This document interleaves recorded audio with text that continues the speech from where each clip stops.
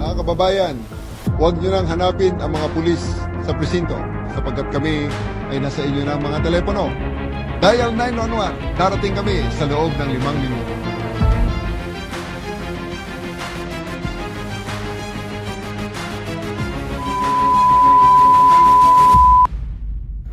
Nakatanggap ng tawag ang Operation Tactical Center.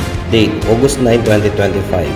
Time, 10:05 a.m. Time of arrival, 10:09 a.m.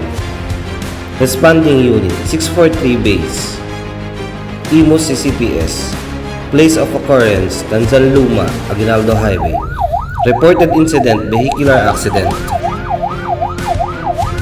Nakatanggap ang ating kapulisan gamit ang hotline 911 mula sa isang citizen ng tawag upang i-report ang vehicular accident along Aguinaldo Highway, Barangay Tanzan Luma, Imus City, Cavite.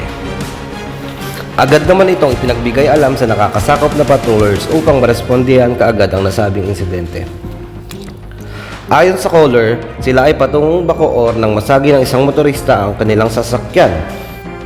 Agad naman dumating ang patrollers sa area sa loob ng 4 na minuto mula nang maitawag ito sa Operation Tactical Center.